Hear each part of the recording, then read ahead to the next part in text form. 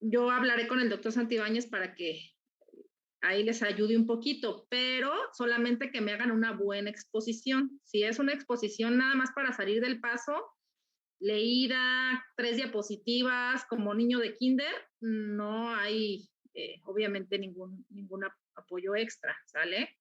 Entonces, sí les encargo que den lo máximo de ustedes. Ya están en la universidad, no están en la primaria ni en la secundaria, ¿no? Traten de hacer una buena exposición que hable bien de ustedes, ¿no? Que buen médico, buen especialista, ¿no? No como alguien que solamente quiere salir del paso, ¿sale? Entonces, vamos a continuar con los electrolitos. La verdad es que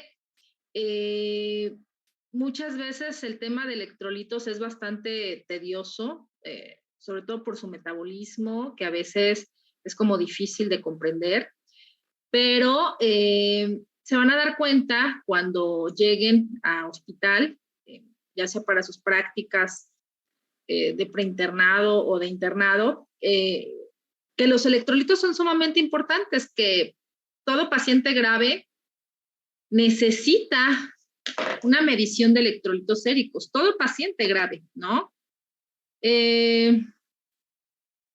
Entonces, los electrolitos, ustedes se fijan en las solicitudes de laboratorio, siempre te dicen, ¿quieres medir todos los electrolitos? Sodio, potasio, calcio, fósforo, magnesio. Son los 5 de rutina, que siempre se van a medir en todos, ¿no? Hay muchísimos a lo mejor en el cuerpo todavía, pero realmente estos 5 son los que son más importantes, porque cualquier alteración, ya sea de los hiper o de las hipo, te puede producir la muerte, ¿no? En cuestión de horas, cuando es algo agudo, y cuando es algo crónico, pues probablemente no te lleve a la muerte, pero sí te causa muchas repercusiones, ¿no? Entonces, ni se diga en los niños es sumamente grave cualquiera de las dos alteraciones, hiper o hipo. Y los electrolitos, pues la mayor parte de las veces tienen regulación renal, ¿no? Los riñones se encargan de regularlos, ¿no? De mantener homeostasis y que ningún electrolito se nos vaya al hipo o al hiper, ¿no? Que todos tienen sus indicaciones de corrección, no se corrigen todas, que todos tienen sus indicaciones para correcciones agudas y para correcciones crónicas, que absolutamente todos los electrolitos se tienen que corregir de manera lenta, a menos que sea una emergencia que corre en riesgo la vida si no se corrige rápido, pero a excepción de eso, todos se deben de corregir de manera lenta, ¿no? Porque muchas veces causamos más daños si se corrigen de manera rápida, ¿no? Entonces, el calcio y el fósforo, que es el tema que vamos a hablar hoy, no les vamos a restar importancia. Por supuesto que son mucho más, a lo mejor, no importantes, porque también son importantes el calcio y el fósforo, pero digamos que el sodio y el potasio son los que más se alteran, casi siempre, ¿no? Y los más mortales, por decirlo así. Ajá. El calcio y el fósforo casi siempre van de la mano. De hecho, muchos piensan que el calcio y el fósforo debería de ser un tema, pero hay mucho que podemos sacar de calcio, mucha información que podemos sacar de fósforo y se consideran temas diferentes, ¿no? Muchas veces piensan que van de la mano porque si uno se altera, el otro también. Casi siempre son contrarios, ¿no? Si el calcio está alto, el fósforo está bajo, y si el fósforo está alto, el calcio está bajo. Casi siempre son contrarios. Ajá. Y bueno, obviamente las alteraciones del metabolismo calcio-fósforo tienen mucho que ver con la función renal. Ajá, alteraciones de la función renal casi siempre van a traer consigo alteraciones del calcio y del fósforo. Sin embargo, hay otras patologías, independientemente de que la persona tenga función renal normal, donde pueden estar involucrados estos iones, ¿no? O las alteraciones de estos iones, sobre todo enfermedades hormonales como enfermedades de la paratiroides, enfermedades musculoesqueléticas, ¿no? Donde también pueden estar alterados sin que haya deterioro de la función renal. Ajá. Entonces, es por eso que es muy importante conocer el metabolismo de estos electrolitos y sus debidas correcciones, tanto en niños como en adultos. A lo mejor nunca nos va a tocar, pero el día que les toque y que vean al paciente con todas las alteraciones que provocan estos electrolitos, pues bueno, ahí se van a dar cuenta y van a decir, hijo,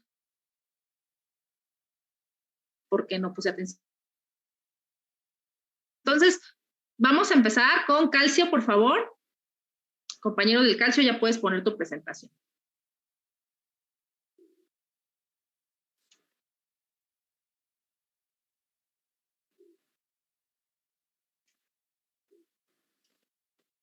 ¿Ya se ve? Sí. Bueno, pues buenas tardes. Yo les voy a hablar del metabolismo del calcio, tanto de la hipocalcemia como la hipercalcemia. Permítanme. Ahí está.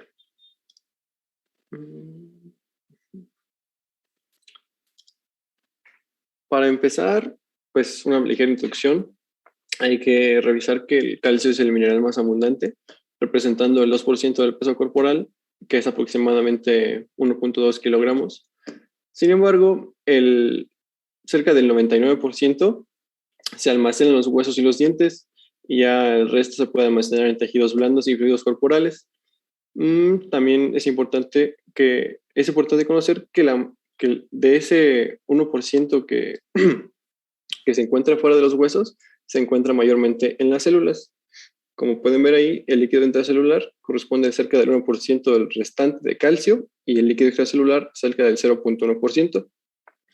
Como pueden ver en la imagen de la derecha, las células representan 13 gramos de todo el calcio y en el líquido extracelular solamente son 1.3 miligramos.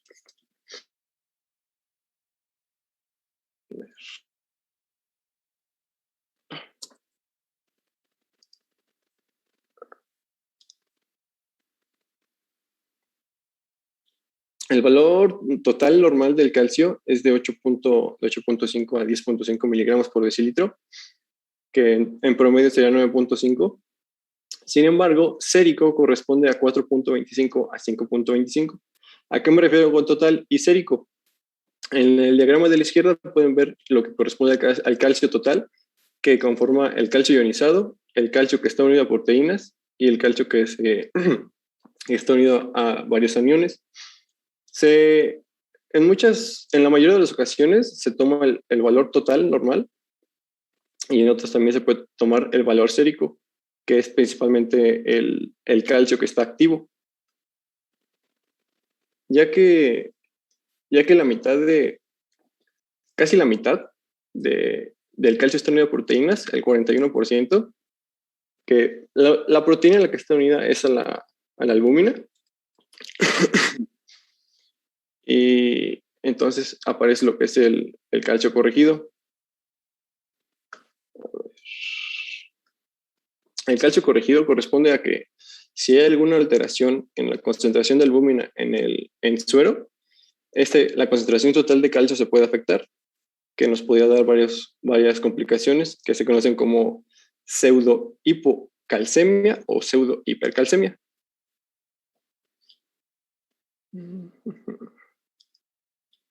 Antes de comenzar con el metabolismo total del calcio, es importante revisar el metabolismo de la vitamina D.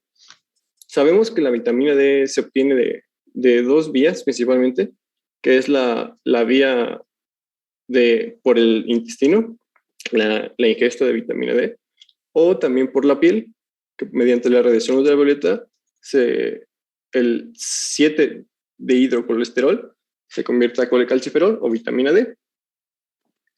Ya después la vitamina D en el hígado pasa de la 25 hidroxilasa a la 25 hidroxicolecalciferol, y el riñón, mediante la 1 hidroxilasa, convierte en lo que es el componente activo la 1,25 dihidroxicolecalciferol o dihidroxivitamina D.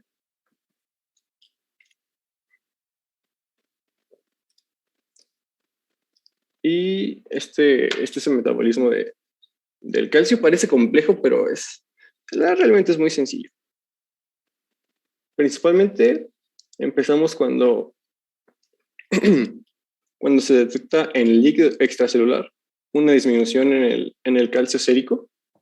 Esto activa la hormona paratiroidea por medio de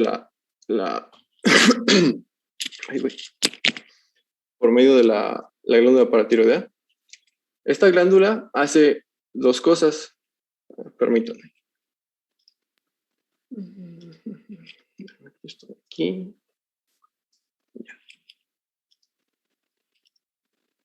La hormona paratiroidea hace dos cosas. En el hueso hace que el hueso, por medio de los osteoblastos, liberan citocinas que activan los osteoclastos. Estos osteoclastos, como ya sabemos, degradan el hueso, que hace que se libere el calcio, en dado caso de que, como les mencioné, haya una disminución del calcio. En el riñón, lo que hace es que aumenta la reabsorción del calcio.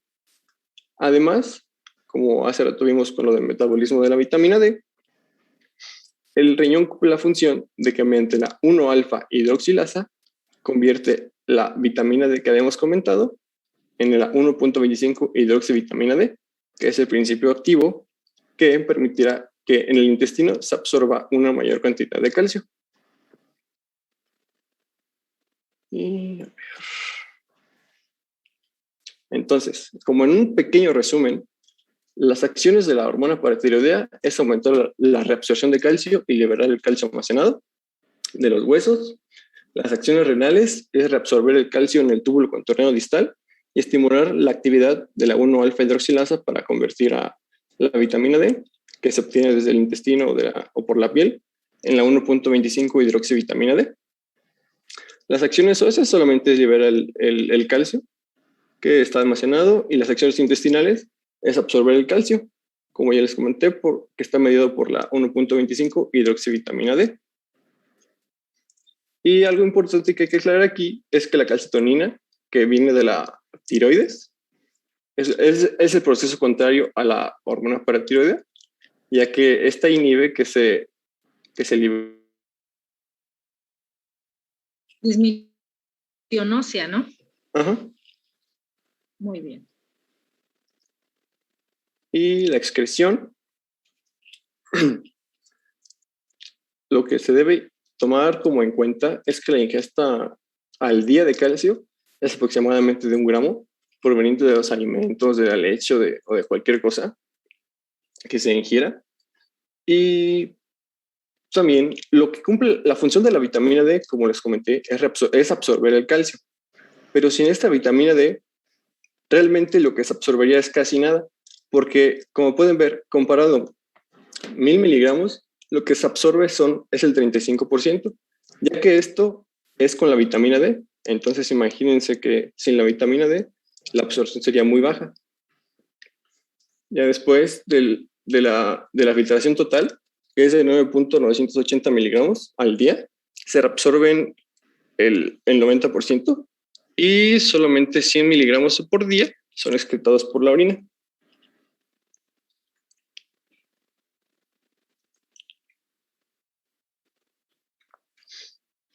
Ya avanzando más como en la fisiología, las funciones del calcio se dividen en esqueléticas y no esqueléticas.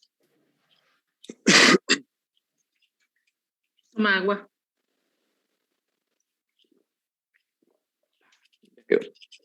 Ya se fue.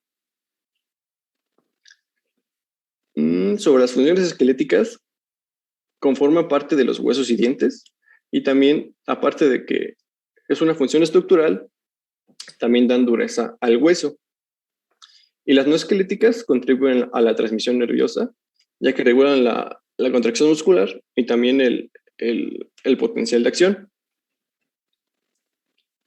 Y asimismo también ayuda a controlar la tensión arterial, ayuda a la coagulación, contribuye al equilibrio ácido-base y también tiene una función inmunitaria, ya que regula la expresión génica para los linfocitos T.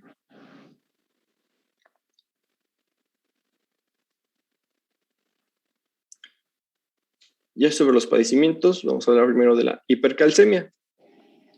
La hipercalcemia se rige bajo 3 mecanismos, que es el aumento de la resorción ósea, el aumento de la absorción digestiva y la disminución de la excreción renal. Tomando en cuenta que el calcio es aproximadamente de 8.5 a 10.5 total y sérico de 4.25 a 5.25, el calcio total va a ser, en la hipercalcemia, el calcio total va a ser mayor a 10.5 y el sérico mayor a 5.25.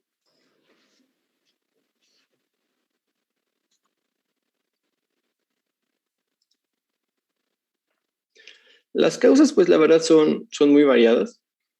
Como les había comentado hace rato, está la principal causa de la hipercalcemia, asimismo también de la hipocalcemia, es una pseudo hiper o hipocalcemia, ya que esto está regulado por albúmina, pero en este caso es una hiperalbuminemia, ya que hay una mayor cantidad de proteínas, por lo cual haber una mayor cantidad de uniones al calcio.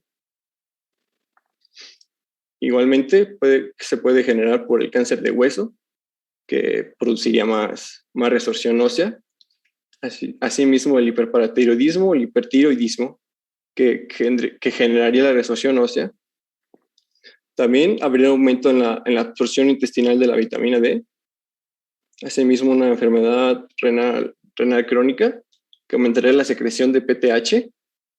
Igual un carcinoma renal también causaría eso.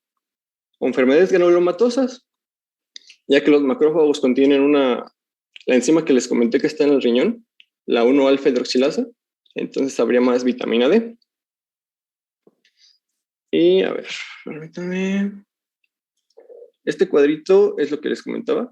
Se puede dividir más o menos en lo que está medido por la PTH y la que no está medida por la PTH. Como pueden ver, es una amplia cantidad de causas. Y pues solamente son como una afección directa a la glándula paratiroidea. Ya puede ser por un adenoma, hiperplasia, carcinoma, problemas genéticos o problemas renales igual, como les comenté.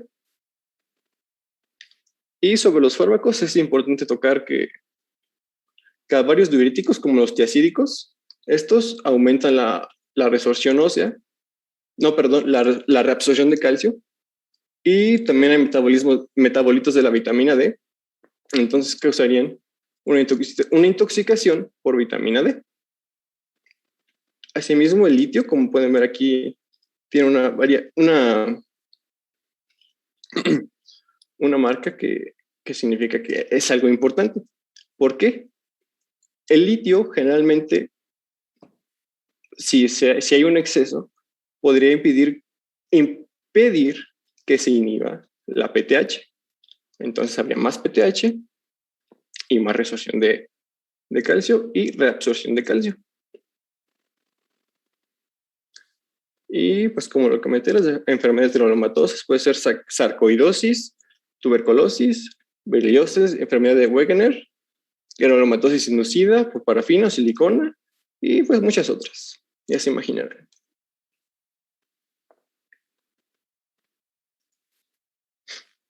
En la clínica,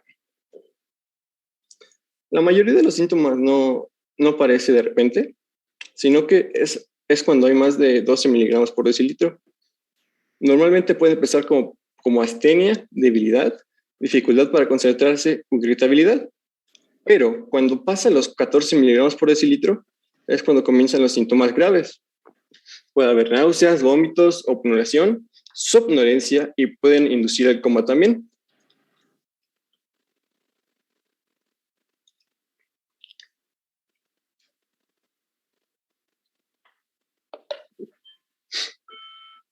Ya que está un poco más explicado.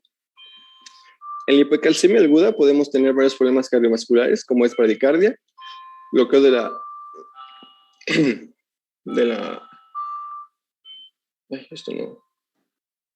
y la onda QT acortada, problemas gastrointestinales, pues anorexia, náuseas y vómitos, neuromusculares, desorientación a coma, renales, polidipsia, poliuria, deshidratación, relacionados a la insuficiencia renal. Y la hipercalcemia crónica puede ser hipertensión arterial, una mayor sensibilidad a los digitálicos, en los gastrointestinales, constipación, pancreatitis, úlceras. La pancreatitis también presenta una importancia en la hipocalcemia, ya que, bueno, más adelante se les platico, en hipocalcemia, ya que cuando hay una necrosis, se pueden formar, como en la cisticercosis, calcificaciones, entonces se requeriría una alta cantidad de calcio. En los problemas neuromusculares puede ser fatigabilidad, dolor en extremidades, disfunción cognitiva o depresión, y en los renales, nefrolitiasis, nefrocalcinosis o insuficiencia renal.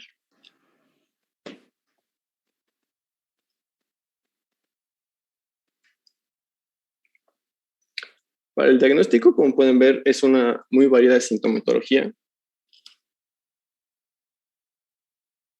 Que hacer, ya que como les comenté, es un problema muy común. Y lo primero que se tendría que hacer es modificar la causa. Después, mediante un análisis sanguíneo, podemos ver los componentes tanto de la PTH, la concentración de calcio, la concentración de vitamina D igual. Es importante preguntar la cronología y antecedentes farmacológicos, ya que como vieron también, hay muchos fármacos que pueden inducir la hipercalcemia. Y lo de la PTH alta y baja nos ayudará a distinguir si el problema es en la glándula paratiroidea o es un problema externo. E igual podría ser un problema de la vitamina D, ya que puede haber un exceso que induciría una alta absorción de calcio en el intestino. Y este cuadrito es como un ejemplo de lo que podrían esperar en unos estudios. Por ejemplo, en el hiperparatiroidismo, la PTH podría estar muy elevada, así como el calcio, y la vitamina D podría estar baja. En los tumores, la PTH puede estar baja, el calcio alto, y así se la pueden llevar. Por ejemplo, en el hipoparatiroidismo, más un déficit de vitamina D, puede haber un incremento en la PTH, una nula o alta en la captación de calcio. Es un cuadrito muy útil que les puede servir.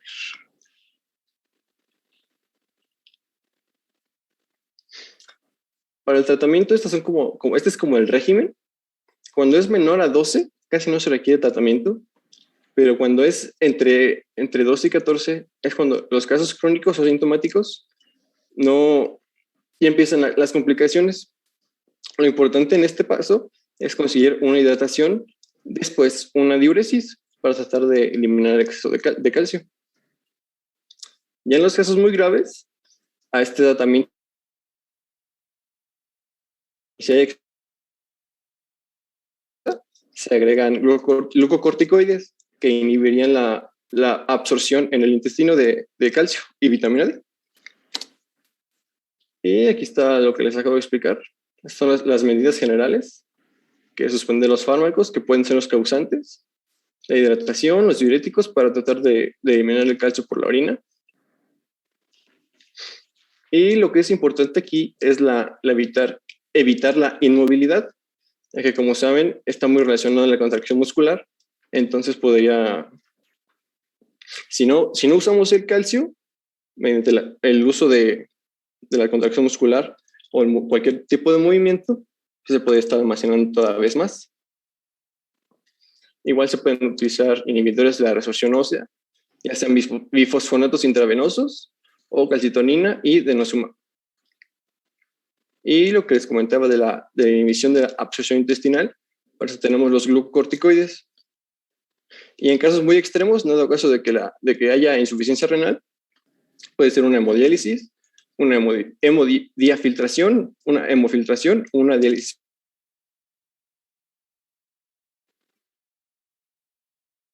Pues es realmente todo lo contrario, no está tan complicado distinguirla.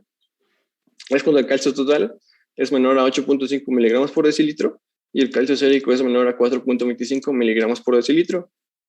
Entonces, se rige bajo los tres mecanismos que son contrarios a la hipercalcemia, que es disminución de la resorción ósea, disminución de absorción digestiva y aumento de la excreción renal.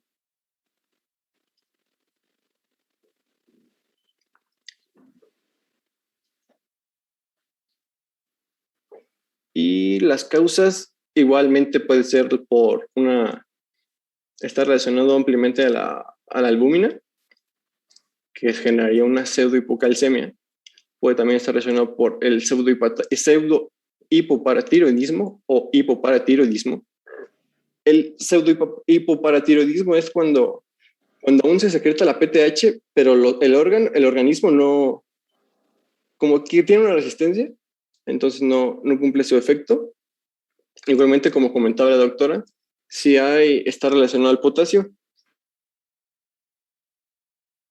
ya que se genera una precipitación del calcio, haciendo que se pierda. También está relacionado a la hipomagnesemia, que afectaría la paratiroides y su efecto en el hueso Una deficiencia de vitamina D también puede afectar, ya sea por ingesta escasa, una mala absorción o un fallo hepático en su metabolismo. De igual forma, la resistencia a la vitamina D puede afectar, o también las transfusiones, como pueden ver, ya que en algunos casos se le agrega como oxalato, entonces esto se adheriría al calcio. De igual forma, como le comentaba, las pancreatitis. Entonces, en las zonas necrosadas puede haber calcificaciones que disminuirá el calcio en el organismo. Esto es cuando la paratiroidez está disminuida. Están todos los casos que la pueden afectar, ya sea por una cirugía, tanto por la cirugía de tiroides o paratiroides, por lesiones, por enfermedades autoinmunes, por destrucción por radiación, infiltración de la glándula, enfermedades genéticas o el síndrome del hueso hambriento, que es cuando el hueso tiene como una mayor necesidad de calcio, fósforo y magnesio. Entonces se presentan los 3 síntomas: hipofosfatemia, hipomagnesemia e hipocalcemia.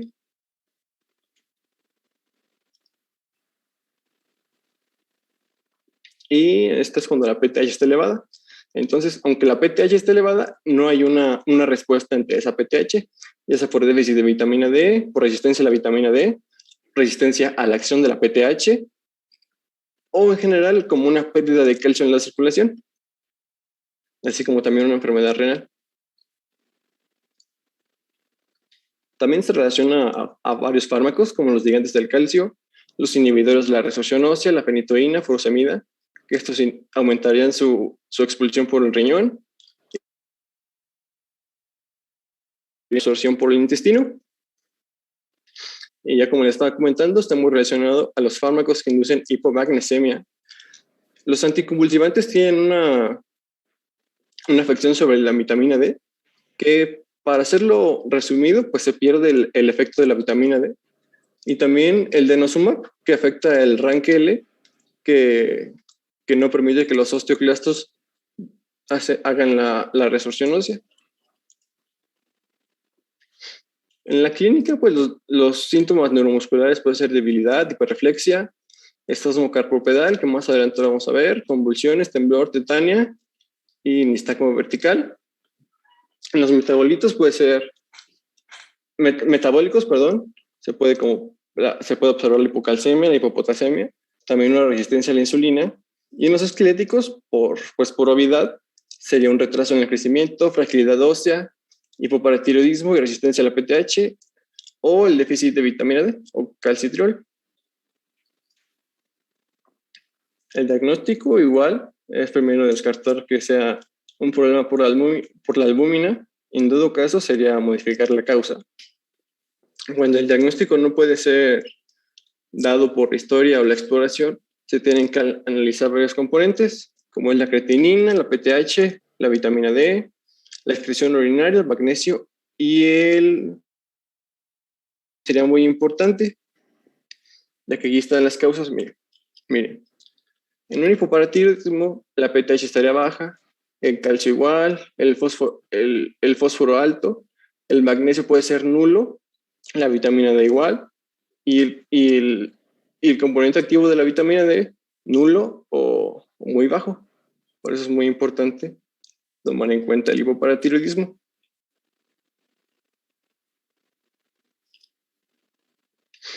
Para el diagnóstico también, sobre todo en la hipocalcemia, ya que en la hipercalcemia no hay un método específico, ya que es menos común.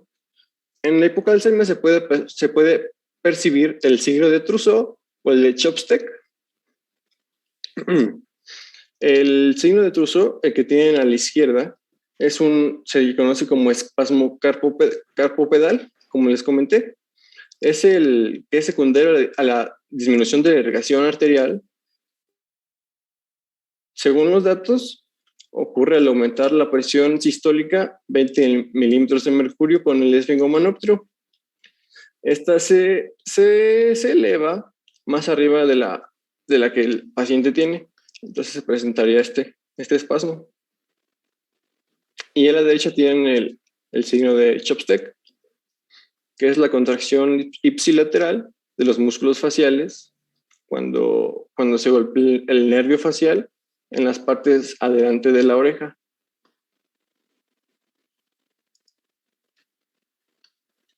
Para el tratamiento, el régimen es este.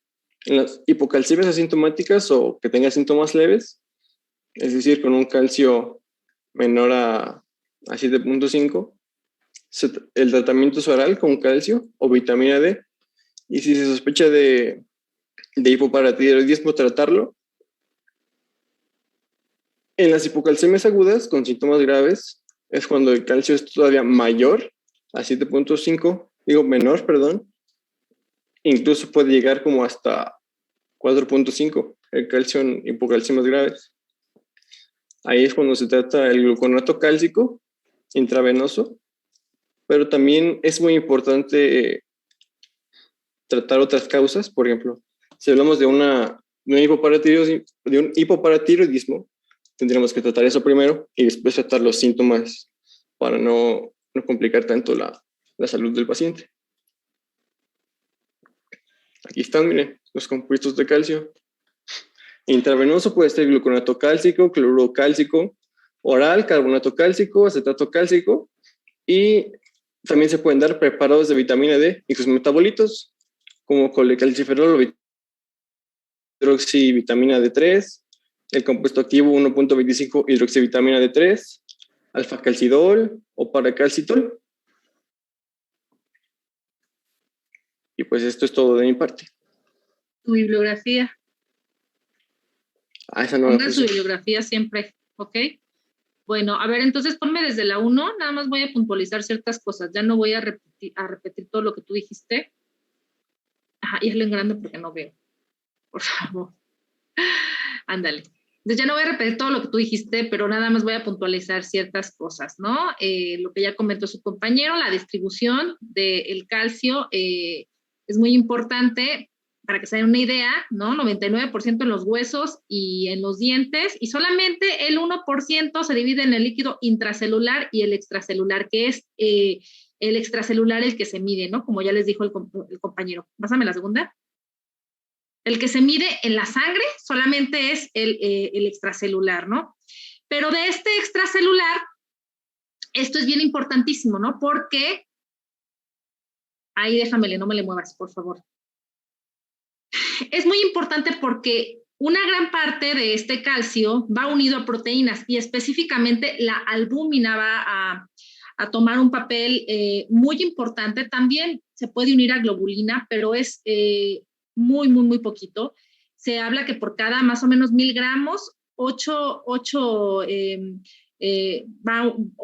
van unidos a albúmina, ¿no? Entonces, y uno a globulina. Por eso esta fórmula que les puso aquí su compañero, espérenme, ay, no puedo señalar, pero bueno, esta fórmula que les puso aquí su compañero es bien importante en la clínica. Cuando ustedes tengan siempre que tengan una hipocalcemia, porque esta fórmula se usa más que nada en la hipocalcemia, lo primero que tienen que hacer es medir niveles de albúmina para estar seguros que sea una hipocalcemia real. Muchas veces el paciente tiene hipoalbuminemia y obviamente si tiene hipoalbuminemia, pues el nivel de calcio va a estar alterado. Si tú le corriges la albúmina, ese calcio se va a corregir. No necesitas ponerle ningún tipo de corrección de calcio, ¿no? Entonces, esta formulita se la aprenden muy bien. Yo me la sé en otro orden, que es 4. ¿Por qué 4? Porque el nivel de albúmina es más o menos de 4, 3.5, 4.5, pero lo vamos a dejar en 4, ¿no? Entonces, es 4 menos la albúmina sérica que tenga el paciente por 0.8 o por 0.85 más el calcio medido, que es igual, nada más que se invierten ahí. Con que se aprendan está bien, ¿no? Ahí vamos a dejar algunos ejercicios para el examen donde tengan que usar esta formulita, ¿no? Entonces, para que esa sí se la aprendan. Entonces, tienen que saber eso, es muy importante, que hay un porcentaje pequeñito de calcio que puede estar en forma de fosfatos o algunos otros compuestos, que es como muy importante. Y bueno, el calcio ionizado es real, es decir, si tú le mides el calcio ionizado a un paciente, ese no se te va a alterar con albúmina, o si el paciente tiene algún problema de esta proteína, no se va a alterar. Entonces, el calcio ionizado es bastante exacto. Normalmente lo medimos. El calcio ionizado normalmente lo medimos en milimol por litro o miliequivalente por litro, ¿no? Para que no se vayan a confundir. Por ahí estaban algunos otros niveles, como estas que puso su compañero, del valor sérico del calcio ionizado normal, de 4.25 a 5.25, pero fíjense, aquí se los está dando en miligramos sobre decilitro, para que no se vayan a confundir. Entonces, normalmente, como nos lo miden en el laboratorio, es en milimol por litro, que es lo mismo. Si ustedes convierten esto, va a darles esto, ¿no? Cuando veamos la clase de taller de unidades de concentración, les voy a enseñar cómo convertir miligramos sobre decilitro a milimol por litro, ¿sí? Ahorita no vamos a ver eso, pero es al fin y al cabo lo mismo, ¿no? Entonces, el ionizado es muy exacto y no se va a alterar por la concentración. Ok, el metabolismo de la vitamina D es sumamente importante. Ahí sí quiero que se lo aprendan muy bien. Quiero que sepan las fuentes de vitamina D, ¿no? Radiación, rayos ultravioleta y dieta. Son dos formas en las que un paciente va a tener ingesta o digamos que va a entrar la vitamina D, ¿no? De estas dos formas. Y que una de ellas pues va a ser vitamina D2 y otra vitamina D3, ¿no? Y bueno, gracias a esto van a producir las diferentes conversiones que ya explicó su compañero, pero la forma activa, que va a ser la más importante, va a ser la 1,25-dihidroxicolecalciferol, gracias a la acción de la 1-alfa-hidroxilasa. Eso también es muy importante y que generalmente esta conversión se da a nivel renal, a nivel de los túbulos proximales. Ajá, eso es muy importante también. Esto ya se lo explicó su compañero, ya no lo vamos a ver. Pásame las que siguen, la que siguen. Esto pues lo diste bastante bien, no tiene caso hacer redundancia. Y bueno, el papel de las, no es de la que estaba, ese, el papel de las hormonas, sumamente importante para el metabolismo, ¿no? La PTH, la calcitonina y a nivel renal, ¿no? A nivel del hueso, perdón, ¿no? A través de la 1,25. Todo esto ya se los comentó su compañero. Acordarnos que la calcitonina es contraria a la PTH, ¿no? Siempre van a tener acciones contrarias. Uno va a promover el aumento del calcio y el otro lo va a disminuir, ¿no? Esto no lo vamos a volver a repetir. Pásame la que sigue. La que sigue. Todo eso ya lo dijiste. La que sigue, la que sigue. Vámonos hasta las de tratamiento. Ok. La hipercalcemia es un problema bastante grave cuando ya hay alteraciones, pues principalmente del estado de conciencia, ¿no? Es un problema bastante grave. Realmente no hay un tratamiento, como ya lo comentó su compañero, para disminuir el calcio. No hay un medicamento específico, ¿no? Para que baje el calcio, ¿no? ¿Qué se tiene que hacer? Incrementar la excreción a nivel renal. Eso es lo más importante. Y generalmente usamos diuresis forzada, que fue lo que ya volumen intravenoso y forzarla con diuréticos, ¿no? Eso es como el punto clave en el diagnóstico de la hipercalcemia. Ajá, cuando son hipercalcemias crónicas debidas a tumores, cáncer, pues ahí básicamente es el tratamiento de la enfermedad, ¿no? Mientras no corrijas el cáncer o las enfermedades que están provocando la hipercalcemia, va a ser difícil, ¿no? Normalmente con glucocorticoides se puede modular un poquito la enfermedad y a su vez pues puede bajar el nivel, ¿no? Pero realmente es como difícil. Ahora vámonos a la de hipocalcemia. A ver, pásame la anterior. Ajá. No, la anterior. Esa. Ok. ¿Esta es de hipercalcemia? Sí, es lo mismo que le estaba comentando a mis compañeros. Ok, eso ya lo viste. Ajá, finalmente se puede usar diálisis o hemodiálisis, que también lo hemos usado en pacientes con hipercalcemias graves. Y vámonos al tratamiento de la hipocalcemia. Ahí quédate, en el signo de Trousseau-Chebostack. Estos signos pueden aparecer en algunas otras enfermedades metabólicas, pero básicamente es como de, eh, de la hipocalcemia, ¿no? El signo de Trousseau-Chebostack. Es difícil que pase desapercibido, ¿no? Llega un paciente a urgencias y llega con este tipo de espasmos, digo, es como difícil que tú le vayas a poner luego el manguito, vayas a insuflar más de 3 minutos. Muchas veces ni siquiera ocupas ponerle el manguito, ¿no? Del esfingomanómetro. Muchas veces solito se producen esos espasmos, perdón.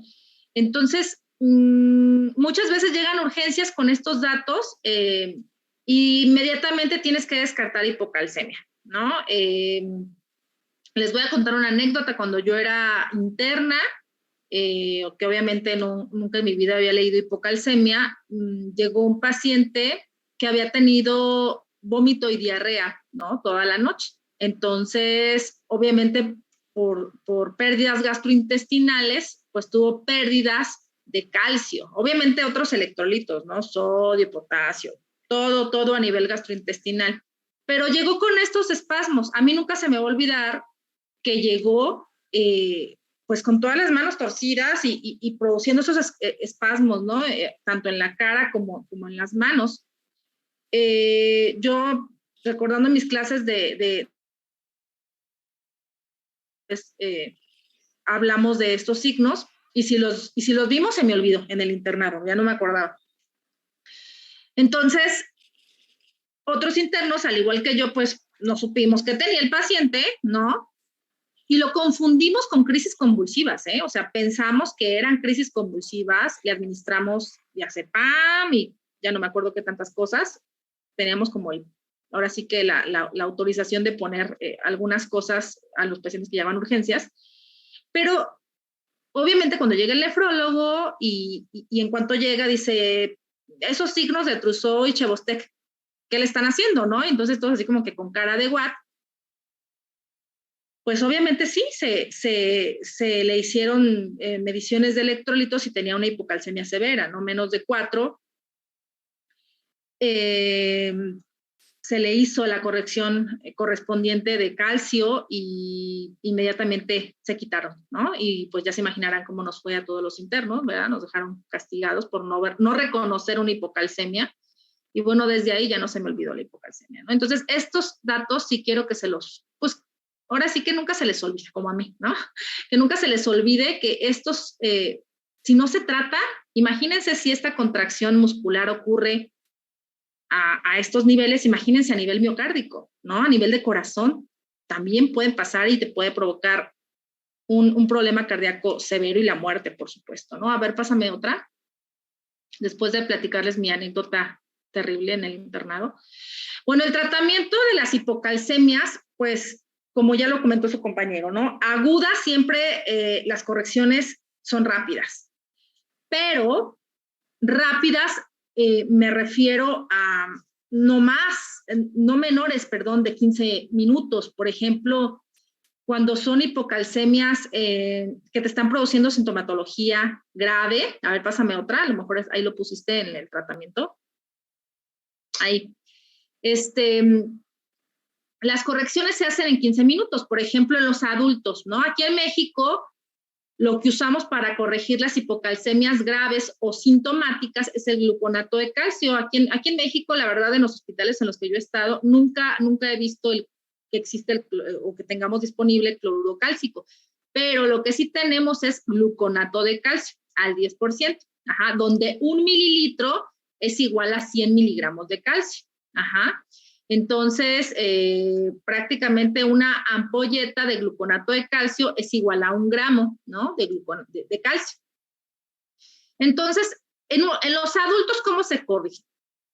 Le pones de 1 a 2 ampolletas, ajá, diluidas, Ajá, normalmente, ¿cómo se diluyen? Digo, esto es para que ustedes se lo sepan, no se los voy a preguntar en el examen, pero se diluyen 1:1. Casi todos los medicamentos de alto riesgo, por ejemplo, los electrolitos, siempre van diluidos, que era lo que yo les decía en las anteriores clases, siempre van diluidos, nunca se los pasas directo en la vena o les quemas esa vena, ¿no? Siempre les vas a poner dilución con agua bidestilada o con fisiológica o con glucosa al 5, ¿no? Son como las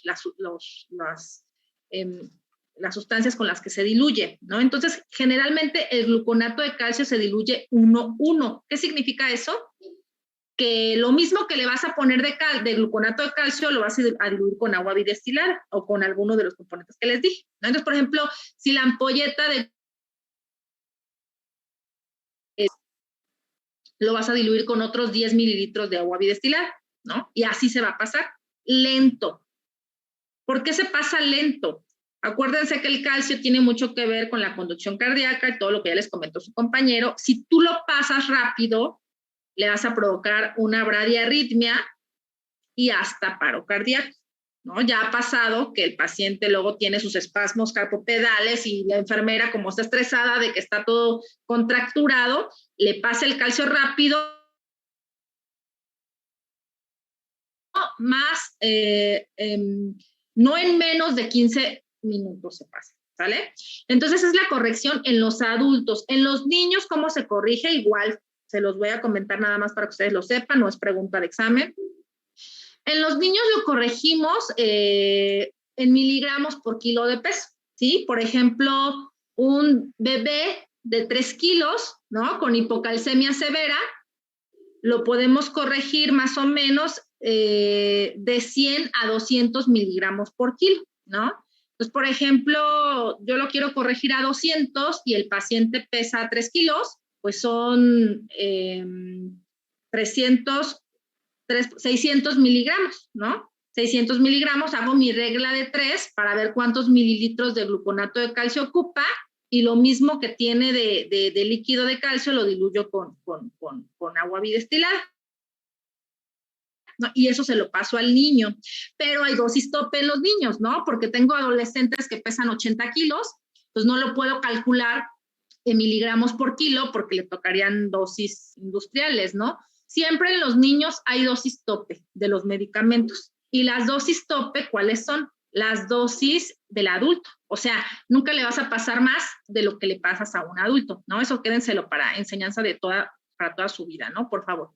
Entonces, en los niños así se corrige. Ajá. Ahora, el tratamiento crónico de las hipocalcemias, saber cuánto calcio elemental viene en cada pastilla. ¿Por qué?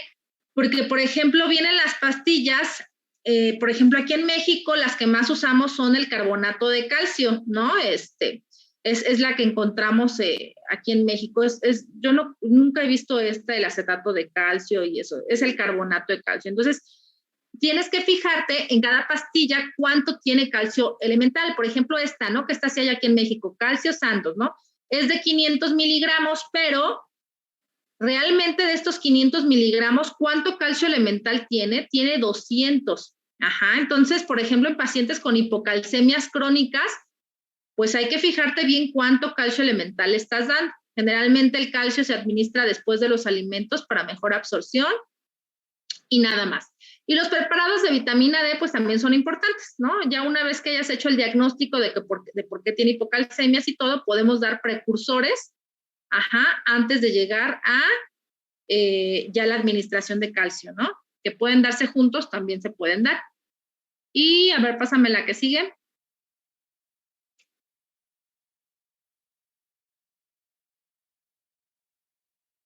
Ya son todas, ¿verdad? Bueno, estuvo muy bien tu exposición. Creo que abarcaste todo lo importante. Esto es lo que tienen que saber, no paja. No se pongan a leer libros interminables, donde se aburren, nunca terminan, porque está bien aburrido, ¿no? A los que no les gusta la nefro seguramente sufren con estos temas. Pero estuvo muy bien, está abarcaste lo importante. Esto es lo que se tienen que saber, chicos. No más, no menos. Digo, el que quiera más, lo puede hacer, ¿no? El que le encante la nefro y quiera ser nefrólogo, pues también puede abarcar más. Esto puede ser, que así como lo diste, está bien, ¿no? Entonces, alguien que quiera aportar algo o que tenga alguna duda de lo que ya leyó.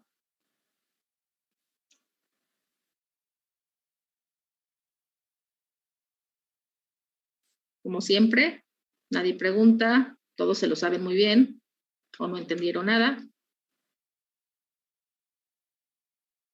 Bueno, váyanse a descansar después de su examen, duerman, relájense.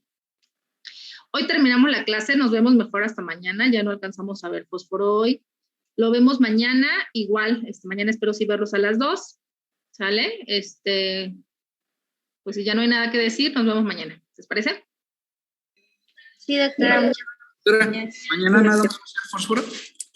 Mañana, sí, si alcanzamos, empezamos con el siguiente tema, ¿no? A ver, recuérdeme qué sigue de fósforo. Si tiene alguien ahí el temario. Creo que es hipertensión. Ah, ok. Pues entonces para las personas que tienen el tema de hipertensión, ¿están aquí? Les dije que lo repartieran entre 2. Ah, ok, pues ya ténganlo listo para mañana, igual podemos empezar si es que lo tienen listo. No incluyan hipertensión renovascular. Acuérdense que ese es un tema aparte porque es un poco largo, entonces ese no lo incluyan. Es hipertensión con todas sus causas y la primera parte denlo enfocado a la fisiología y la segunda parte, bueno, espero que ya lo tengan listo, ¿no? Ya como sin hipertensión renovascular, ¿sí? Entonces, si lo tienen para mañana y tenemos tiempo, pues mañana empezamos, ¿sale? Órale, pues. Entonces nos vemos mañana, chicos. Descansen. Doctora.